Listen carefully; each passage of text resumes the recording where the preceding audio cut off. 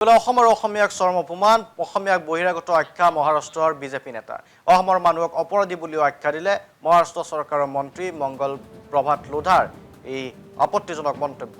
অসমৰ মানুহে ভুৱা আধাৰ কাৰ্ড বনাই লয়, ভুৱা নথি পত্ৰৰে মাটি দখল কৰে বহিৰাজ্য। মংগল প্ৰভাতৰ এই মন্তব্যক লৈ অসমৰ ৰাজনীতিটো তোলপাৰ লাগিছে। বিজেপি নেতাজনৰ মন্তব্যক গৰিহণা বিৰোধী বিধায়কৰ কংগ্ৰেছ বিধায়ক আব্দুল ৰহিম আহমেদ আৰু AIDF বিধায়ক আশৰাফুল হুছেইনে ব্যক্ত কৰিলে প্ৰতিক্ৰিয়া।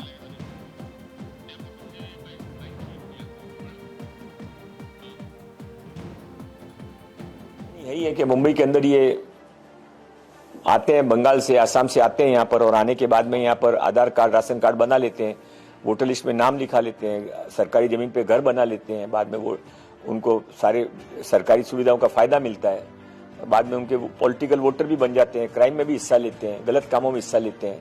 ये पैटर्न कहीं ना कहीं तो रोकना। मुंबई की परेशानी यही है कि मुंबई के अंदर ये आते हैं, बंगाल से आसाम से आते हैं यहाँ पर, और आने के बाद में यहाँ पर आधार कार्ड राशन कार्ड बना लेते हैं, वोटर लिस्ट में नाम लिखा लेते हैं, सरकारी जमीन पे घर बना लेते हैं, बाद में वो उनको सारे सरकारी सुविधाओं का फायदा मिलता है, बाद में उनके पॉलिटिकल वोटर भी बन जाते हैं, क्राइम में भी हिस्सा लेते हैं, गलत कामों में। এইটো অত্যন্ত দুৰ্ভাগ্যজনক কথা এটা, কাৰণ তাতে মহাৰাষ্ট্ৰতো বিজেপি চৰকাৰ, অসমতো বিজেপি চৰকাৰ। আজি অসমৰ মানুহ যদি মহাৰাষ্ট্ৰ বা অন্য ৰাজ্যত যদি গৈ কাম কৰি খাব নোৱাৰে, থাকিব নোৱাৰে, আৰু একেই চৰকাৰ, কেন্দ্ৰতো বিজেপি চৰকাৰ, মহাৰাষ্ট্ৰতো বিজেপি চৰকাৰ, অসমতো বিজেপি চৰকাৰ, গতিকে ইয়াতকৈ দুৰ্ভাগ্যজনক কথা আৰু কি হ'ব পাৰে। মহাৰাষ্ট্ৰৰ বিজেপি তথা শাসকীয় দলৰ বিধায়ক মহেন্দ্ৰ প্ৰধান লোধাৰে সংবাদ মাধ্যমৰ আগত অসম আৰু বংগৰ লোকসকলক মহাৰাষ্ট্ৰৰ ভিতৰত যোৱাৰ পিছত মহাৰাষ্ট্ৰত কাম কাজ কৰিবলৈ যোৱাৰ ক্ষেত্ৰত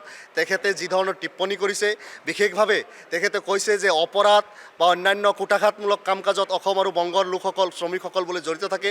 এয়া আমি ধিক্কাৰ জনাইছোঁ।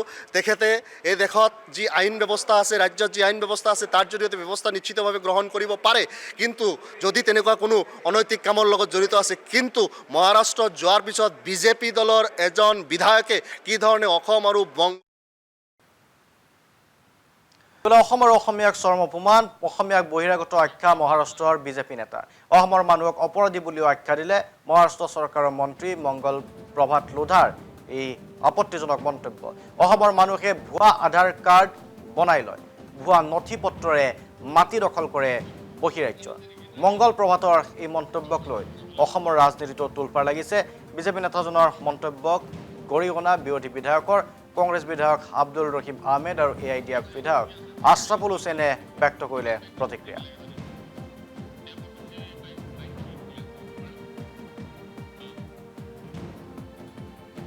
यही है कि मुंबई के अंदर ये आते हैं, बंगाल से आसाम से आते हैं यहाँ पर, और आने के बाद में यहाँ पर आधार कार्ड राशन कार्ड बना लेते हैं, वोटर लिस्ट में नाम लिखा लेते हैं, सरकारी जमीन पे घर बना लेते हैं, बाद में वो उनको सारे सरकारी सुविधाओं का फायदा मिलता है, बाद में उनके पॉलिटिकल वोटर भी बन जाते हैं, क्राइम में भी हिस्सा लेते हैं, गलत कामों में हिस्सा लेते हैं।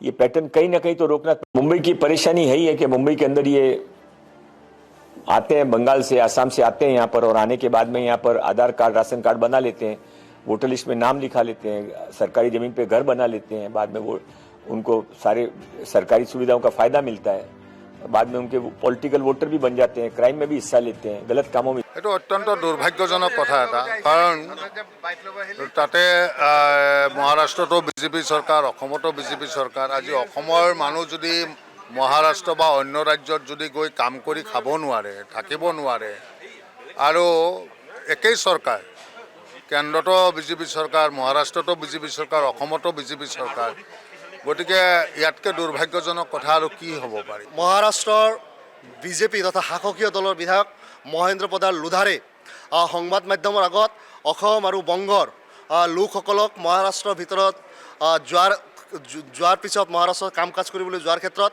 তেখেতে যি ধৰণৰ টিপ্পনী কৰিছে, বিশেষভাৱে তেখেতে কৈছে যে অপৰাধ বা অন্যান্য কুটাঘাতমূলক কাম কাজত অসম আৰু বংগৰ লোকসকল, শ্ৰমিকসকল বোলে জড়িত থাকে। এয়া আমি ধিক্কাৰ জনাইছোঁ।